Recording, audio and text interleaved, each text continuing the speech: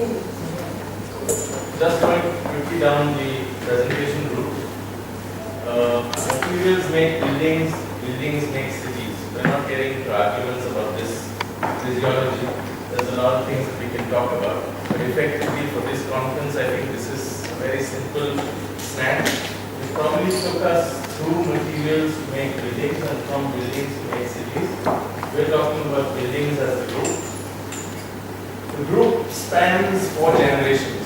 Okay? I was just counting, we have probably 240 man-years that have put in some time into this presentation. It's pretty much happened in the last few hours of our existence over here.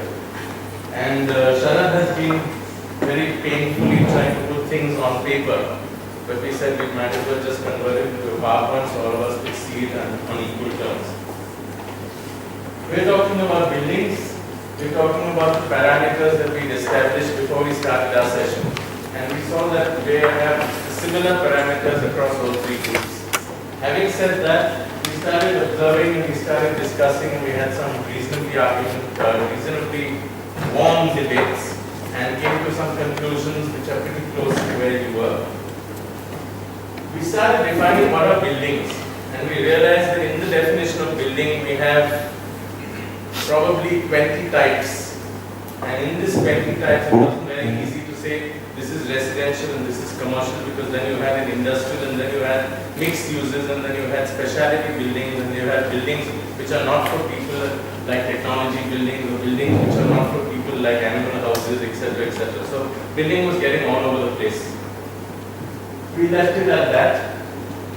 We went to issues of ownership. But what is the difference between technical building and institutional building? What is technical? So, web farms, web server farms, okay, data centers, control rooms. They're not institutional buildings. Institutional buildings, I would say, are academic institutions probably. Yeah.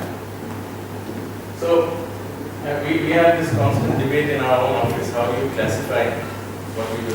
So, and primarily what we're saying is that these buildings, the sometimes contrary norms are effectively ownership. When you're talking about a residential building, you have the owner who is probably also the user. In a residential, you also have an investor who is not the owner. The attitude of the investor versus the attitude of the owner-occupier is completely different.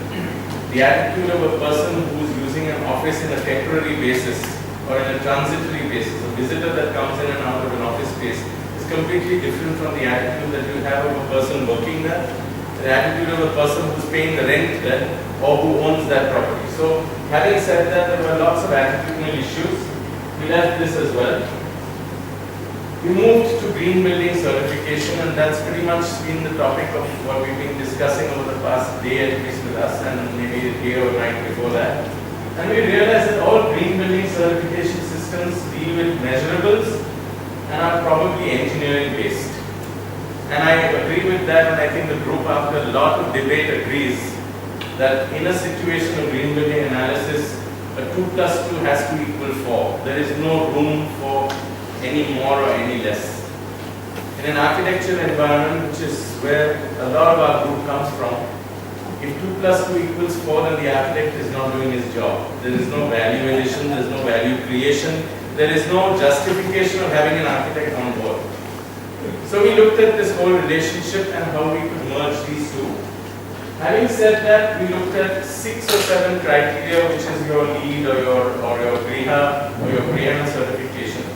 And we realized that these are pretty much the same: site planning, solid waste management, water management, indoor air quality, etc.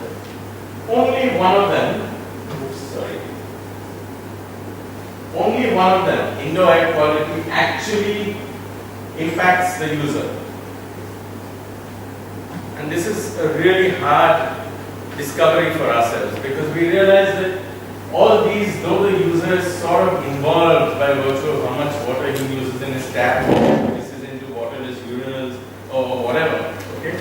The point is that the impact on the user with certification is pretty much only low VOC paints or indoor air quality or kind of temperature that you're establishing, etc., etc.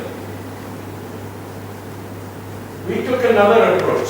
We we said, okay, let green buildings be, let's see what the user wants, let's see what the occupant wants. And here we sort of narrowed down our vision into primarily residential buildings because that was an easy one.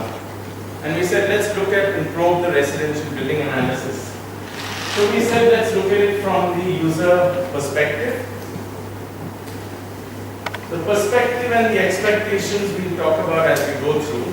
So there's first obviously spatial expression.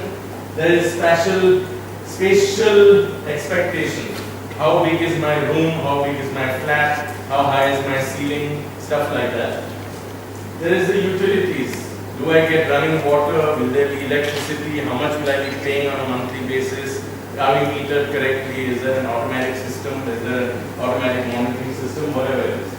There are amenities. Do I have space for the kids to play? Is there enough space for the old people?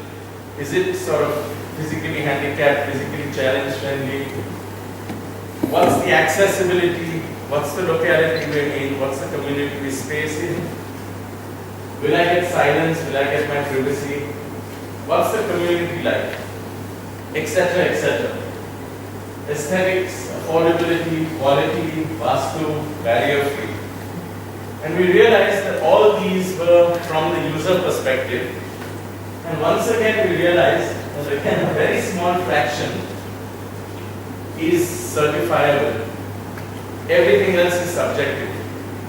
And that's again the scary part. So whether you approached it from the green building perspective and the mechanics and the engineering, or you approached it from the occupier side, both did not really work through. Because a very small area of that is physically certifiable. We now look at green buildings, and I think Vikram came up with a very interesting concept. He said that we should look at green buildings not as green buildings. I think that's a name that colloquially or loosely everybody has given it. Certification doesn't talk about green buildings, they talk about performance. So we're talking about high performance buildings, and maybe we can talk about highly effective buildings or high efficiency buildings. So we're calling these hyper buildings. We're chucking out the green building component, and hyper is high performance. So if you coin a new word that talks about high performance, we can talk about these buildings being hyper buildings. It's highly effective. What do you mean by that? Sorry? High performance. You have listed out Highly effective buildings. Efficiency is about how fast it does things or how well it does things. Effectively, how fast it does things properly. So efficient means how with lesser resources you are achieving the target. Yes. And that's the efficient mechanism. Yeah. You are using lesser resources. Okay, let me give you an example, okay? I'm trying to reach you on the phone to say cancel my date with Saraf, okay?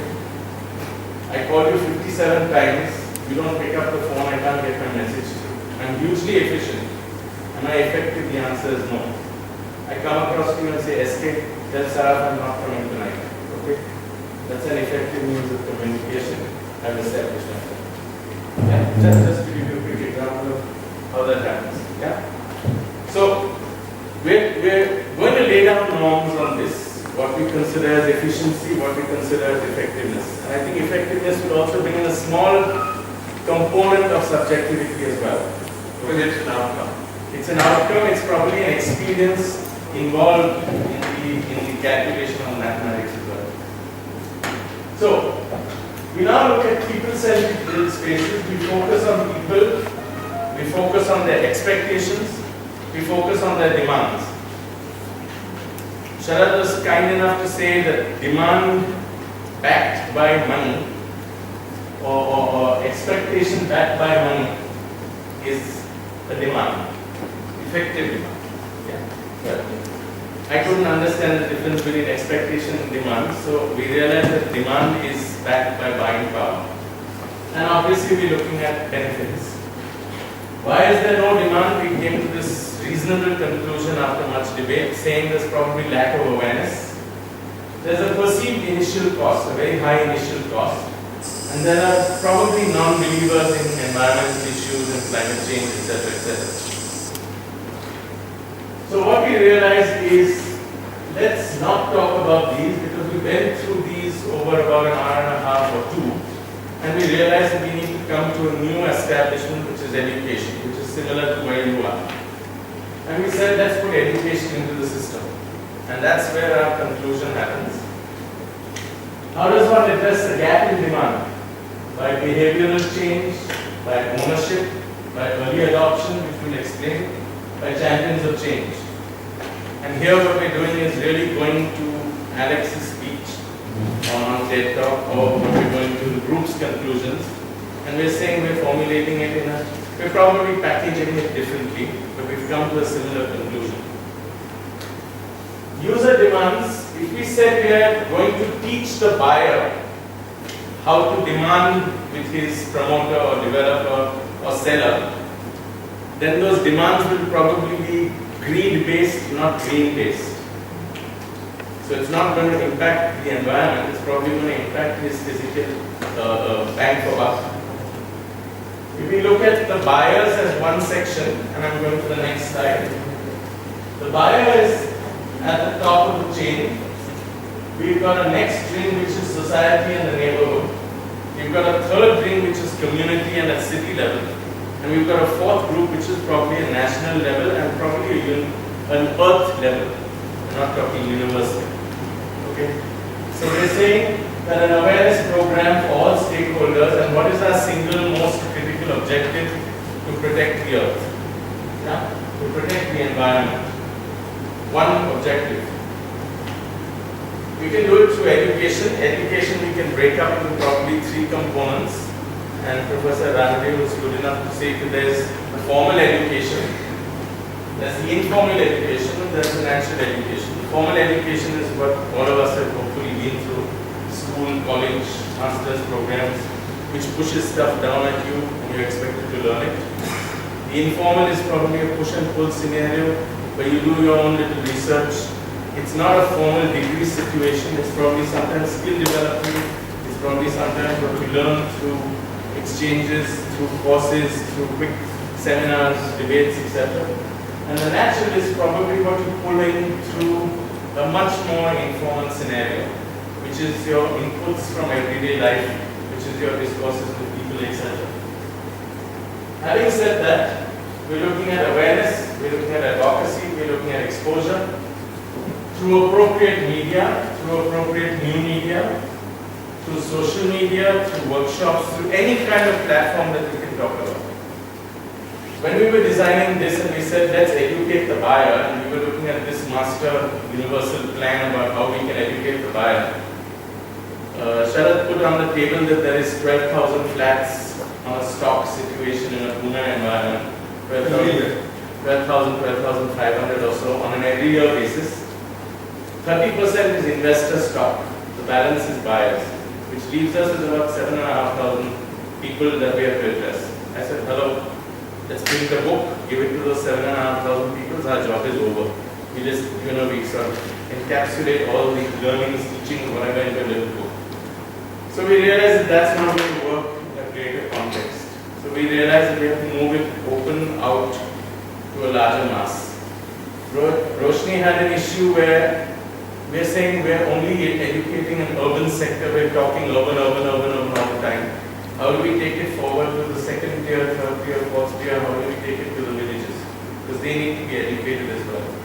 So we're looking at that whole sort of massive scenario. And therefore I'm saying it's very critical that we look at appropriate media, we look at new media, we look at crowdsourcing, etc. The message will be focused, simplistic, universal graphics that make sense to everybody.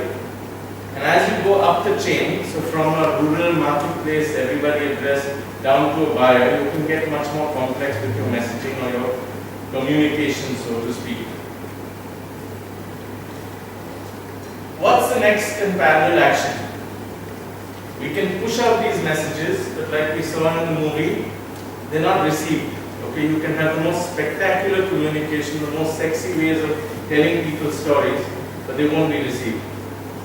So we have to look at a situation where we involve, and therefore we talk about communication, which is socially interactive. We look at simple, active, passive, constructive and destructive typologies of people. And we're saying that you can have active constructive or an active destructive, or a passive destructive, or a passive constructive. The active constructive guy is going to go out and do things for your message. The active destructive is going to see that nothing happens to your message. He will in fact sabotage you along your way. The passive destructive is the lazy guy who will say, the passive destructive is he'll sit in the back and keep giving you, small murmurs about okay.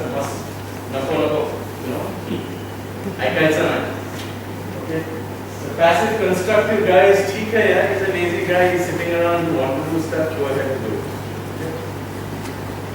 Taking advantage of the cognitive change process, and I'm going slightly off our architectural sort of development situation. We're looking at, I know that I know, I know that I don't know, I don't know that I know, and I don't know that I don't know.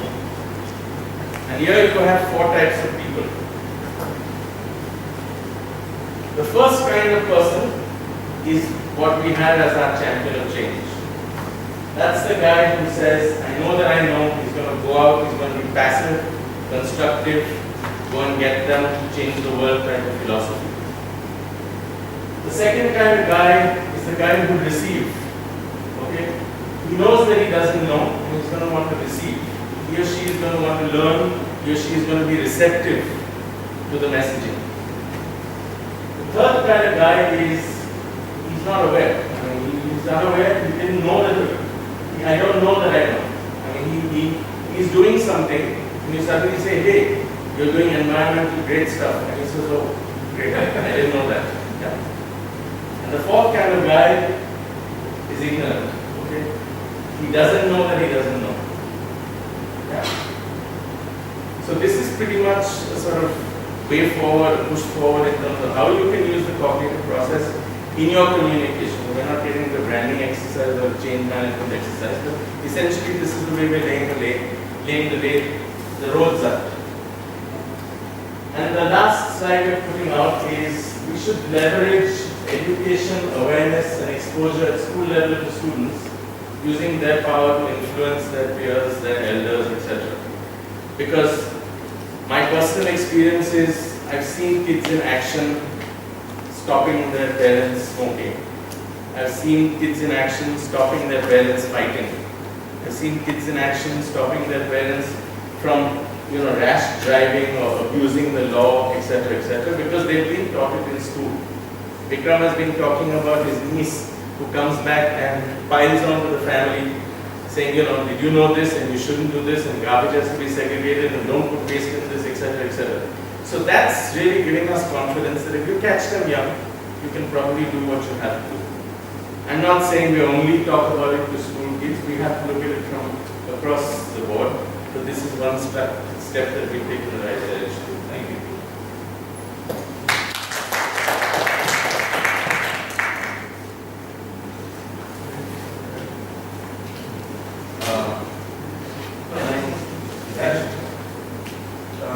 The standard certification processes are long and expensive. Basically, they are not cost effective and therefore not a lot of people don't want to get into cost, pure cost. The organic farming world all over the globe has opted for what's called the peer level certification. And these are that kind of certification is very useful because it is also combining and networking with people who are actually doing that stuff. So if you have 20 companies of the kind you have, I have just had a look at your book, your 50. Then those 20 can certify each other, and that certification is going to be much more valuable because A, they get to know each other. B, they know what is to be certified because they are doing it themselves. And C, they are not worried about what the world thinks about it. They are also anal about certification. Let me put that in. Yeah. Because it's a competitive process. Yeah, that's one. Second one is when you're doing all this, there is one category of people that I thought should be added.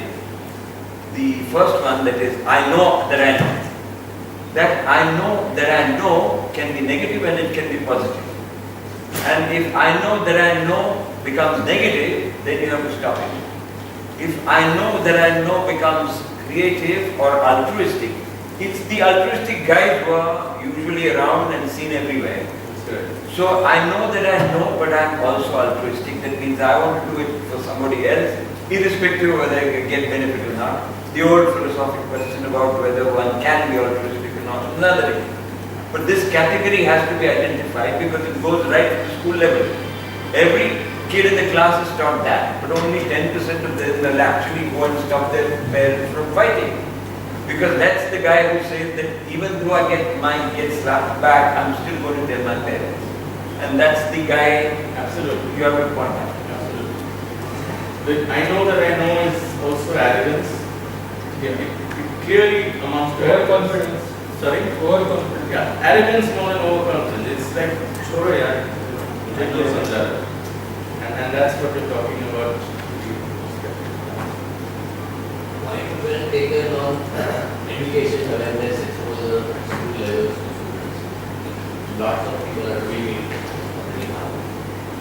But there has to be some sort of a certification or some sort of a directive to show the architect, show the builder, show the developer, to show the people in power that how you are going to put the green.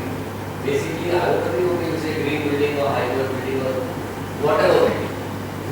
For me, it is a building, I would call it a living building.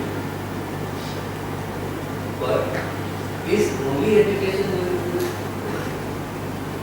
2001 when we guided two of us seriously thought that something should happen to make a building energy efficient, water efficient. Because the chance meeting with Cat Williams who was the USDPC president at that time, it sort of acted as a catalyst for IGBC to happen. Then Eco Housing happened in 2004. Delhi happened somewhere around 2009. These agencies are creating the awareness. These agencies are creating the awareness. Now, like the programs that we have in Eco, we have so many programs. I have launched a program in the Bangalore chapter for the school children. We have taken 20 schools. 2,000 school children. We're not saying there are no programs. We're saying, of course, there are programs. No, but it is not only education and awareness. It has to also include a certification that says, and with the certification, it should also include a postcard. A postcard Yes. of the building. To be sure that what we have done, what we have certified, now is working over the next 3 years. So that's a very important part of it. But there's nothing new about that. We're saying that exists. No, but what are we addressing here? That exists. Lead exists.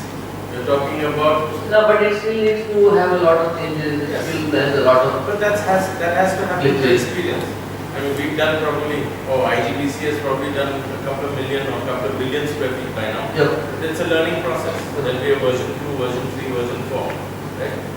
Our global reporting is on version 4 today. Like in a short span of probably 10 years or 15 years. Right? So effectively, I'm saying that we're not able to compete just now in the short time that we had with the criteria that's laid down, because effectively everything is laid down pretty well. It's a bit mechanical, Yes. and one thing we've realized is that it does not focus on the user at all. It probably gives more money to the builder, it probably gives us jobs, it probably looks at reasonable direction, a positive direction in terms of the environment, yes, but it doesn't impact the user at all. And we tried. The daily parameters are better. Yeah, but Sorry. it doesn't. Parameters are not. No, so It affects the user. Energy bills come down, water consumption comes down, reusable material is yeah, but there. it's already compensated by the capex. So effectively, we have put that money in the bank rather than paying you 75 rupees extra, 200 rupees extra, and more likely 2,000 rupees extra per square No, foot. how capex? Because the green building is not more than 1.5% more than conventional. But let's look at the capex in terms of what people are paying for it. I'm not talking about what it costs the builder. No, they. Why would a developer certify his building? There were two things that was in my mind. One is green is a fashion. Of course. Now today green is a fashion. No, so you're saying passion. No, No, you're saying passion and fashion. You're saying passion and fashion. There are people who have passion for green, so they'll keep And are you saying that there are people no, who see green as a passion. okay, and no builder is charging a premium because he's got a pre-certified platinum or a pre-certified gold building? Very few now. Very few. No, now meaning what? They used to charge 5 years back, 6 years back. What kind of money? Anywhere between 12 to 18%. 12 to 18%? Yes. And what would that relate to in terms of lakhs of rupees to a buyer? The 1 crore flat would be anywhere between 12 lakhs to 15 lakhs. And you think that wouldn't pay the differential cost for his energy bills? But at that time, if I say today, 2011 or 2014, Let me put it, they can't charge more than our debate for 4 1.5%. hours, our 4-hour debate was this. In the good old days, the developer gave you a swimming pool and a clubhouse and a gym and free ice cream on Saturday and picnics for the kids on Saturdays and Sundays or whatever it is. That was directly impacting the occupant, user, family, etc. What is green building doing to the user? Simple question. They went through the fashion of everything. It wasn't sexy to have a clubhouse again. It wasn't sexy. Those were the hygiene conditions. People are looking for new stuff. Okay, new dhol bajana. New dhol is your fashion component of your green building. The unfortunate, uneducated buyer landed up paying as much as 12 to 15% in the good old days. Today it's not fashion anymore because every builder is sort of going green. Yeah, most of them. So my question is again, how does it impact the user? Is it impacting the user? That's all. I am looking at the larger. Is it impacting my earth? I'm not worried about it. Is it impacting? My earth, my environment, my ecology. I'm not bothered about the user. No. We are looking at. I'd rather have the user stay in a green building than stay in a building with swimming pool. I Not fully bothered. appreciate the point of view. I'm saying that we're looking at it from a perspective of user only. Of course, if all developers became fashionable and all developers signed off their buildings to Green, LEED or Priyama, anybody, great. You've achieved it from the top. It's a push-down approach. And the social pressure for developers to deliver the same product is This fabulous. is going to create the social pressure, I agree. Yeah. Agreed. No, the social pressure is fabulous. So that's a stream taken care of. Our point is, and our point again and again is, when we're talking buildings, we forget that we design buildings for people. We forgot, okay, I mean, all the architects in the room, sorry, but that's the way I feel. We just don't consider the user at all. It's about me, it's about my building, it's about how fast, how Yeah. Yeah. Not all architects. There are still a few architects who really do that. I'm Very good. being blanket. Yeah, then. But having said that, again we're focusing on user. I think we were talking about, we had a lot of discussion and very good discussion on this. We were also looking at green buildings in a very critical way. I mean, we had a lot of critical assessment of the green criteria. For example, we discussed something like Palais Royale. Okay, it's a green building, but what is the per capita consumption that we discussed, that something we pointed out, of each person who's living there? It may be a green building and it says XXX amount of everything, but look at the whole footprint of that building. And then we actually, if you look at this diagram, this is where we ultimately came to, and we said we are addressing that small buyer and family thing in the center. That's it. That is 7,500 in the case of Pune. But are we looking at the whole larger environment? And there we have the larger, the third circle of the society, neighborhood, and the larger community, and so on. So, I mean, we started looking at the percentage of people who get their houses constructed by an architect, and further still the subset of that, which is the green consultants, which is even 0.01 or whatever percentage, is too small. So we are addressing a minuscule percentage and going into expertise and consultancies and so on. Whereas we started even looking at, does the buyer in my family, will she buy the idea of green architecture? Or, Now, how can you convince her to bag the garbage consistently? My guy in my building, he bags the garbage, he goes down, empties the bags, sorts it out himself, takes the bags home and recycles. This is only one part. So What impact it's going to create is not very large. It is. Unless you say I'm going to educate all the architects, unless you say I'm getting legislation that every architect who makes a building is going to follow this. But obviously, once it is established the peer pressure, okay, smoking kills did not deter me from smoking. Yeah, my daughter coming and say, Dad, you smell, okay, may deter me from smoking, okay, or my teacher says you'll die, okay, and she announces it in front of everybody, okay, that's obviously. You're going on a pull-up thing rather than. We're doing the same bottom up, okay. The bottom up is also critical because It is. if you see the demand and supply kind of thing, right now it is supply driven situation for green It buildings. is critical, but Do we have people who go out there and look for green buildings to purchase? Right now we don't have that kind of people. There are very low percentage of people who go out and say, okay, I want to buy an apartment in a green building. So he will go looking for it. You know, the masses that buy apartments today, if that demand generates the pull for green building, is a more sustained and a long-lasting, higher demand strategy. So that is kind of a high impact trust area. You know, generating that demand, which is long-lasting because We people also have changed their I lifestyle. also realize, and I'm being a little skewed or non-objective. If Tata Housing says, I'm not doing green buildings, you think people won't buy from Tata Housing? They will. Why? Because the brand of Tata Housing is big enough, strong enough, imposing enough, trusted enough to say whatever they say is correct. So there is a brand versus green building scenario. Lodha today in Bombay doesn't need to do green buildings. I don't think so.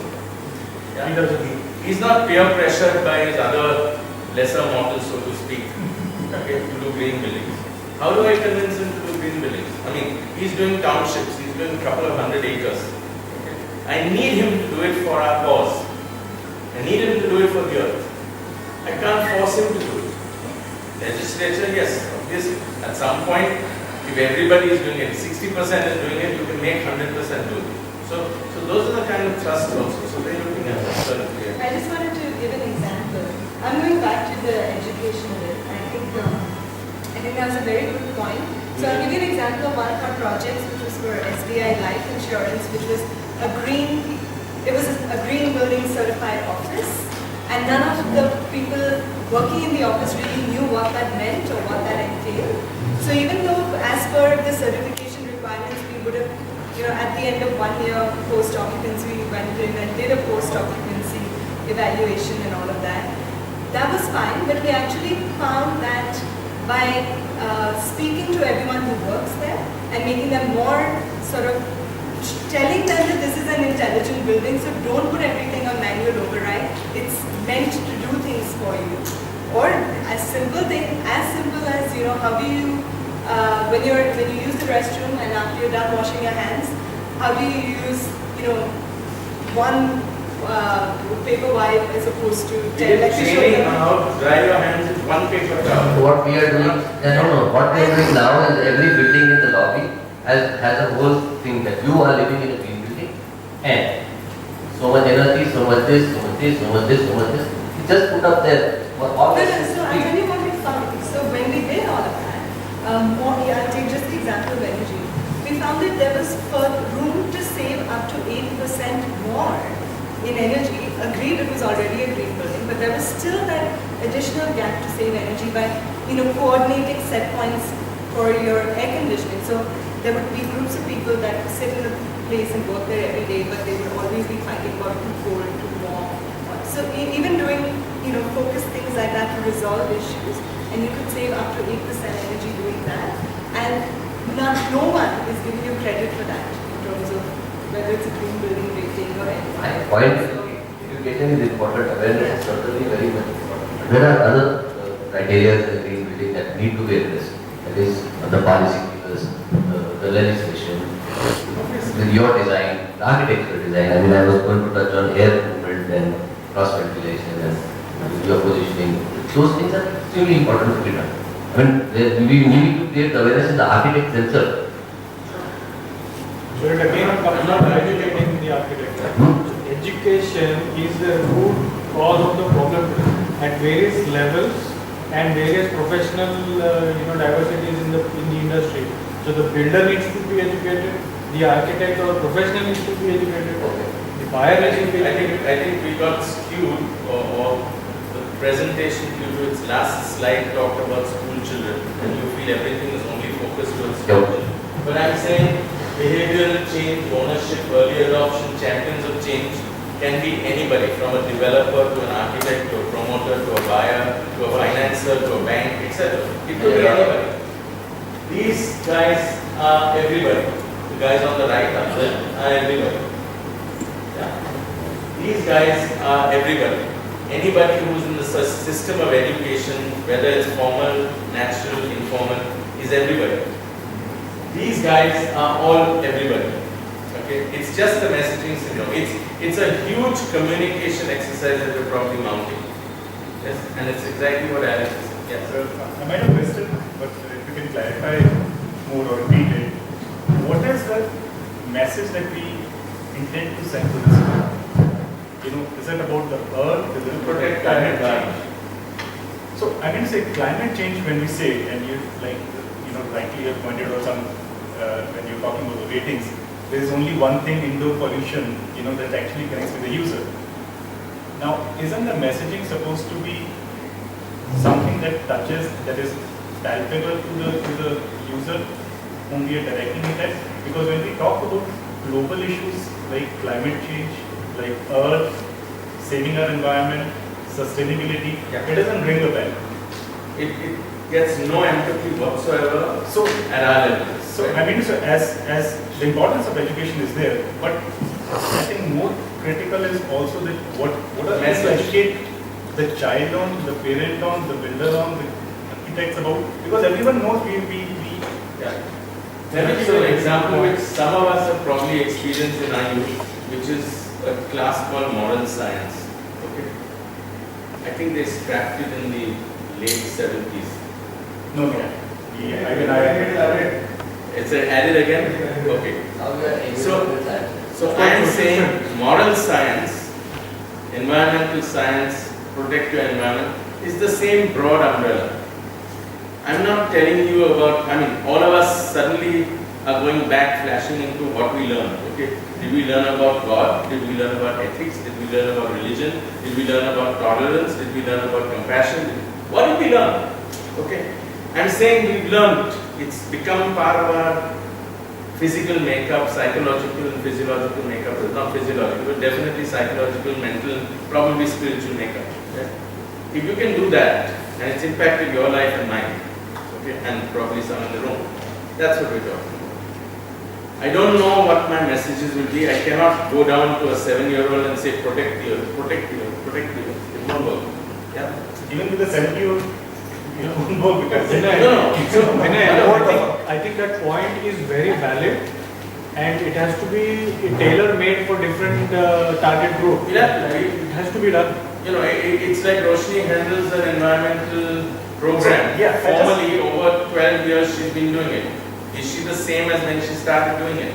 No, The answer is obviously The only not. reason that I brought it up is that, when you're discussing further or when we put it, in some sort of recommendation, I think that's very crucial that has to be built into, because otherwise we'll be telling, but no one will be receiving it. Sure. It won't be usable. Second point, Perfectly correct. We can do an exercise wherein we kind of look at the stakeholders and look at their values or whatever they're looking That's for. what we were going to do in the afternoon. Yeah. In the afternoon, we were going to try to put all these points into what we call a module. So the communication plan is diversified. Right. Just for information, government has made it compulsory by law. Environmental education is a mandatory education for schools and also at college level. No matter whether you are arts, science, commerce or engineering. It's a compulsory across all disciplines. Yes. It also made a mandate that every theatre will show a slide on environment. Now, all that's happening.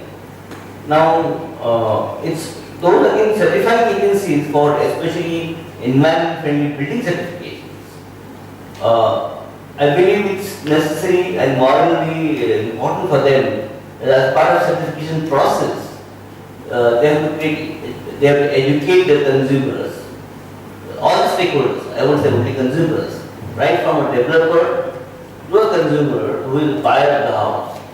They have to educate, and that's what we do in Eco Housing Situation Program, we do that. In spite of that, it may not have the impact that we are expecting. So how do we achieve that? One.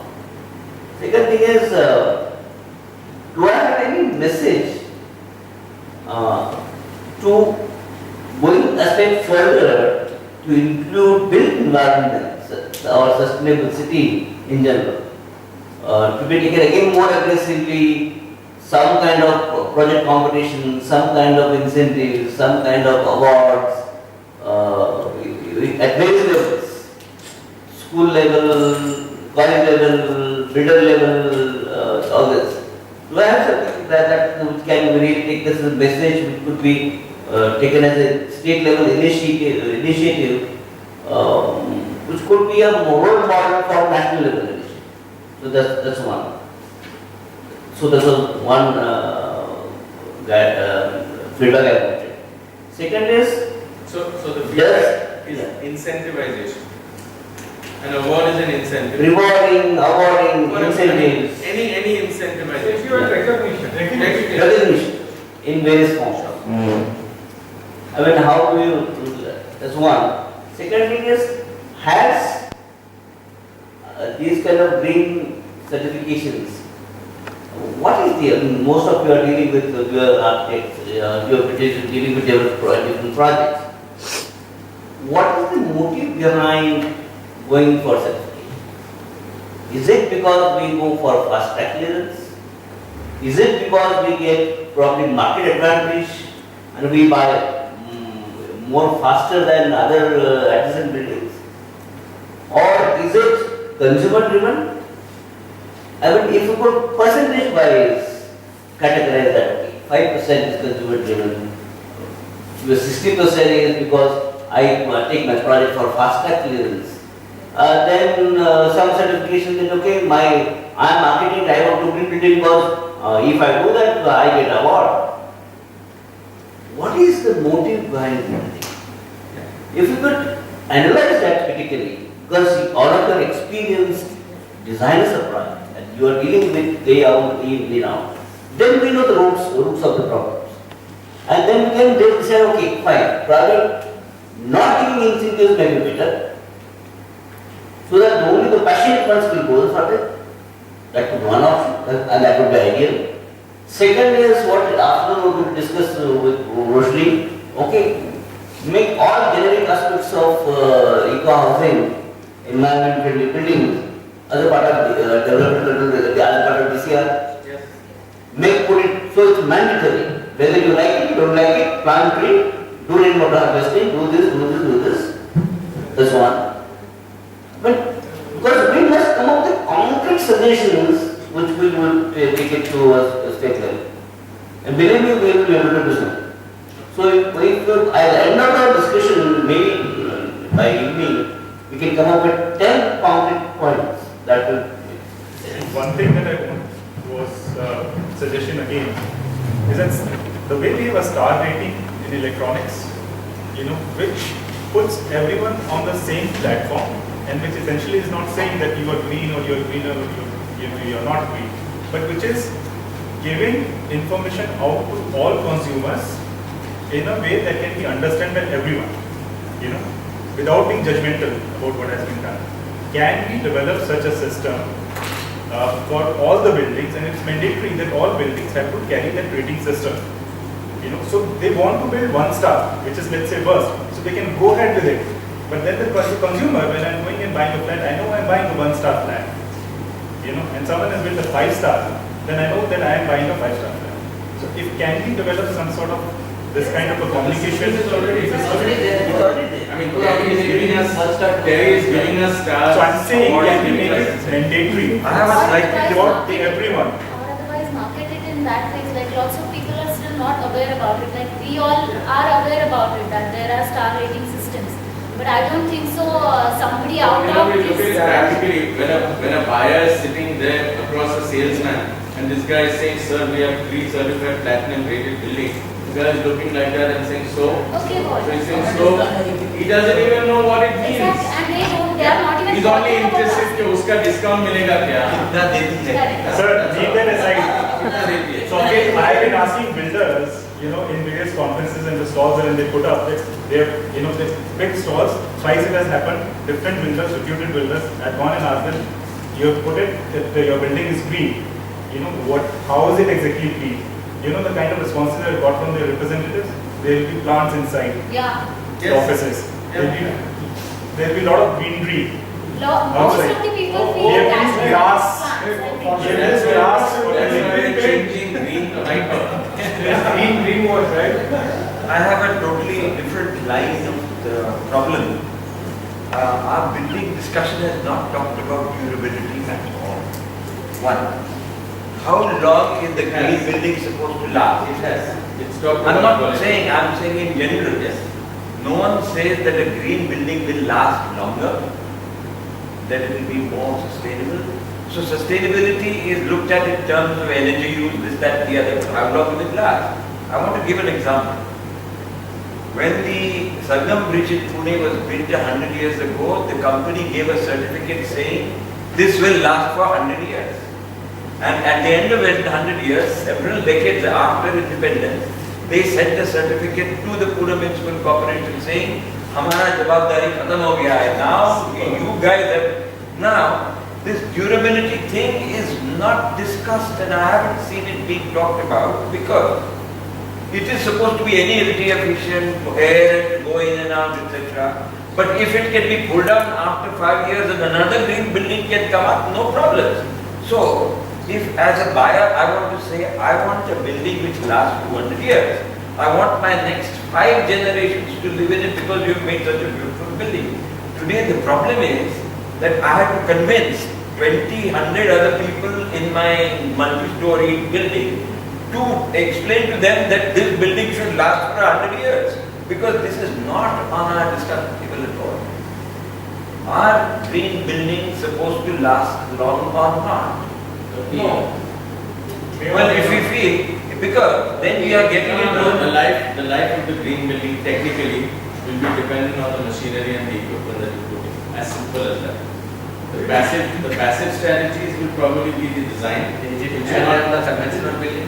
And if it is higher, then what percentage? 2% by cost. 2% cost is wise, the reliability wise, if the regular building lasts for 30 years, so how long No, is it? regular building, no. Older time buildings lasted for 50, 60, 70 years. There is a technical thing. One second. We're talking about buildings that have lasted for 500 years. Yeah. We're talking about the life of concrete and residual life of concrete being 70 years. You have 80, 90-year-old concrete buildings as well. But that's not what we're talking So about. we are I think comparing we're a talking green and about non-green building. the greenness of the And the building.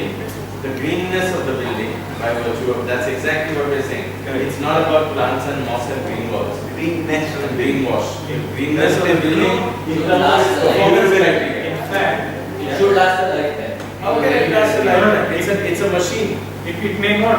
What is the lifetime is a definition. As per, you have to meet those things. You have to maintain this, you have to maintain that, you have to do this. See, that's why the need to move from green You to have to maintain performance. it. So life span is a performance expectation of the building. So buildings need to be designed for a performance. Energy, water, whatever it is, life is a performance. We can also design the life cycle of the building. Yes. Depending on the budget. Yeah, We're talking about a simple example. ₹1 का चूना, ₹5 का snow cell, ₹10 का acrylic, ₹20 का something else, ₹50 का something else, ₹100 का something else. You decide what you want to pay, and I'll give you a 1-year guarantee, 2-year guarantee, 5-year guarantee, 10-year guarantee, 50-year guarantee. And if I ask for It's relative to the price. It's relative to the price. Agreed, but if I say I want a building which will last 100 years because I want it after 100 years to become a cultural heritage building. Now you don't build heritage buildings by accident. You build them by design. So when tanks and old structures that we have in Pune or wherever were built, they were built to last and they now have become heritage buildings. So are green buildings going that route or not at all?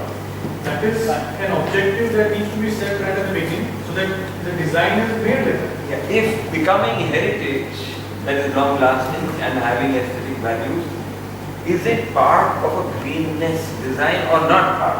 That's why we want to know. It's not. That's And those are the hence, criteria.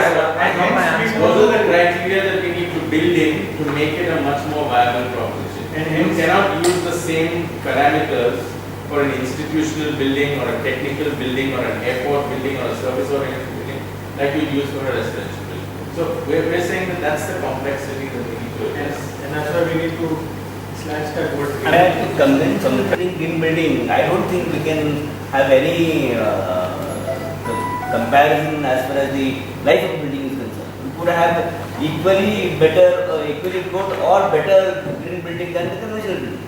So that is all part of the structural elements and material. But you can do life cycle calculations. That's when it comes in. If you have a building which lasts for 7 years, then your 7 times that much material has been used. A building that would have lasted 70 years would have given you a much smaller footprint. That's a much And if you cleaner- don't realize and accept it as one of the important criteria, you lost. Yes. did that by saying that one of the first slides that you showed was that the compliance of the ranking system that exists, the rating system that exists today, only has one topic of interest for the consumer. But the consumer is one of the most important stakeholders. The system is only successful if it has relevancy for all the stakeholders. The consumer is at least 50% a partner in that purchasing decision. Now, if they are, this durability point, I think, starts to make the conversation more interesting for a consumer, because there's a different consumer that says, I want a 20-year building, and there's a different consumer that says, I want a 100-year building. Not want, willing to pay for. Yes, I want, their money is where the mouth is. I believe so. So I think, as we think more and more about this ranking rating system, there's more and more conversation topics that make it relevant for the consumer. It immediately becomes. That's exactly what we want to do.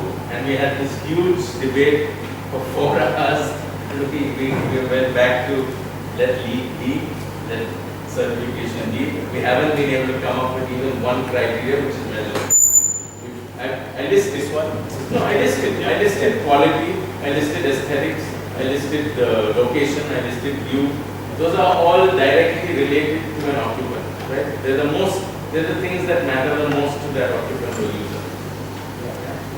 When an investor comes into the circle, okay, do you think it bothers you? And I'm asking you now a question. All you are interested in is ROI.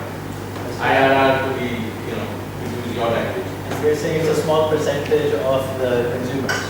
And I'm saying you are the guy, an investor, is a guy who's investing 50 to 60% of that building is invested with. Okay? At different stages of exit. Okay? And end of the day, you probably have a market position of about 12 to 15% after the entire building has been sold out. Still staying with the investor, just holding on to make money. So let's go deeper here. The investor has invested for the reason to make money off it. There's 2 ways to do it. There's either principal return on that property or there's a rental return on that property. Yes. Now, can we add more elements that make it harder or easier to further rent it out? Yes. And as soon as we add those elements to this conversation, the investor is now sensitive to the rating of the The rent. whole complex that happened when you get what we call warm shells and fully fitted out furniture, fully fitted out flats. Yeah. Okay. Lodha, for example, in a Bellissimo flat, gives you Italian marble all over the place. Yeah. Okay. You can't shift the damn thing. Yeah, that was done for his investors, so that the investor would just get, $3 to the rupee or 5%, 5 paisa, 7 paisa to the rupee, which was a good return. Okay, move in your furniture, no downtime, nothing, go for it. Yeah. That's the process. That's the process that was used, addressing exactly what you're asking. So that demand was made, backed by deep pockets, and met. I think, can we wrap it up? Just one invitation question. offline. Let's go to another group. Just a small question. Literally 1 minute. Literally, that depends on Obama. So, Yes. there are 2 sets in the Yes. residential buildings. One builder. Second is people who are building their own homes. Yes. Generally I've seen that in our talks we talk to the builders, but how do you, I don't know, what's the impact on the people who are building on their own plots and how do we reach them? And how do we motivate them or to make them? You reach them. Today Gujarat Ambuja, L&T, Tata Steel, large manufacturers are actually holding classes, workshops, retail environments, huge publicity campaign to teach this to educate the owner-builder scenario. It's happening. They're investing deep money in this. We're working on a couple of projects on this. It's incredible. How did we Abuja? We're using cement. Thank you very much. Thank you very much for teaching me about your cement versus any other cement.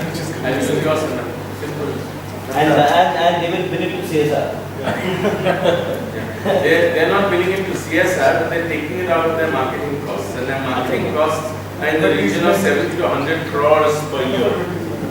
Okay, it's growing. Okay, I think Master craftsman part of the greenness or not? I mean, when you're building local plots So when for we- individuals, use of local skills and master craftsmen in local area, is it part of green or not part of No, it? it's not. It's not relevant because there is no master class in America. Let me give you a small example of a sustainable project which never got certified. We were doing the retail side.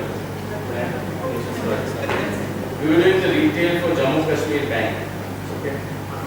And we said they have like 500 branches, etc., etc. So we did the first branch and we prototyped it, etc. And then we had every single sort of handicraft of Kashmir, Ladakh, Leh, whatever states in that space. Inside, No, I'm talking about the interior and the crafts itself. The project building. Well, I'm coming to that. The products were made by the master craftsmen of the region. They banked with J&K Bank. J&K Bank funded them, etc., etc. They have now started building standalone buildings, okay, to encourage another sector of craftspersons.